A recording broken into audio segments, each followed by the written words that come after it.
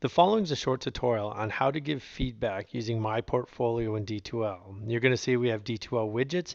These lead you to your actual portfolio. They don't lead you to where you'll actually give the feedback. Where that occurs is under Student Tools and Portfolio. Just remember that students will not have access to Student Tools and Portfolio because this is giving them the whole class view. Students will either access their portfolio through a widget on the page, or they can click right here by their name and click on My Portfolio. But as an educator, we're going to go in here and click on Portfolio. Then you will land on this page, and this is where all of the portfolios are housed, and you can see that the whole class is here. And it gives a really visual way to see what evidence is being collected right within this box, and it also shows you which evidence is waiting to be approved.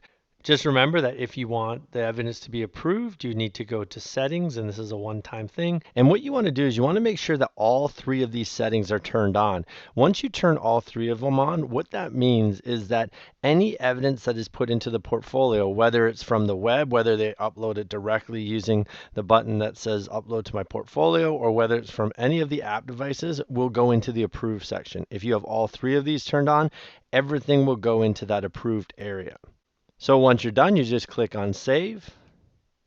And you'll see that if I go to this approved evidence area, I can see that I have 8 new pieces of evidence that I need to approve. You'll also see that besides students' names, you'll see a number. And if you click on this number, it will actually go to just the ones that those students have submitted.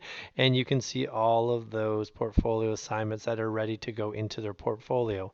However, they do not go into their portfolio until you click on the Approve button. But before you do that, you can actually give feedback right within this area. So if you click on the evidence, it will bring you into this area right here, and you can see there's the evidence, there's what the student has titled it, there's some audio that the student has left. You can just listen to it by clicking on this button. Student also has the opportunity to add the reflection underneath, and if you have categories set up, you can just click here and add it directly to a category. The categories allow you to really organize and find that information quickly later. So if we go back to the top of the page, you're going to see over here on the right hand side, this is where you can give your feedback. In the top box right here, you'll see it says teacher feedback. So you can go in here and provide feedback directly to that student. And once you're happy with it, you just click on add. And you can see you can provide more feedback if you wanted to add something onto that later. We're not really focused on using rubrics right now or connecting to expectations. We're really focused on giving students really good feedback. But you're also going to notice if you keep going down, there's a teacher only section. And this is if you wanted to do like a private note just to yourself. So you can come in here and add a note to yourself or a next step that you just want to keep private. So when you do that, you're going to have this option appear. Visible means that your colleagues who come in will still be able to see this comment.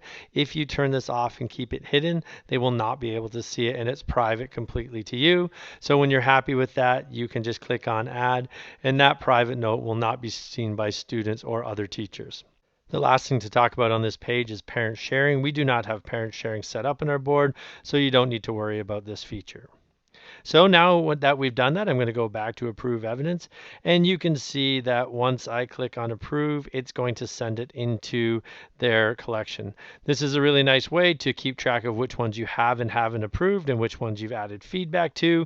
The other thing is you can do this in bulk, so if you wanted to approve them all at one time, you could. You just need to remember if you are giving feedback, it's going to be a little harder to find. So I'm going to go through and I'm going to add a couple more in just to show you what this looks like from the main portfolio page. So if I go back to here and I click on class portfolios, you can see that here's the portfolios, and now I have 4 pieces of evidence collected, and I still have 4 pieces of evidence that are unapproved and sitting waiting for approval. One of the main issues with Portfolio is that it does not give you a notification when someone adds a comment to a post.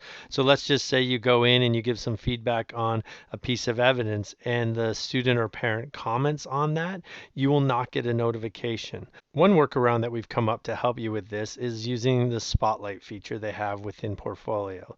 As you can see at the bottom of each of the pieces of evidence, they have different icons.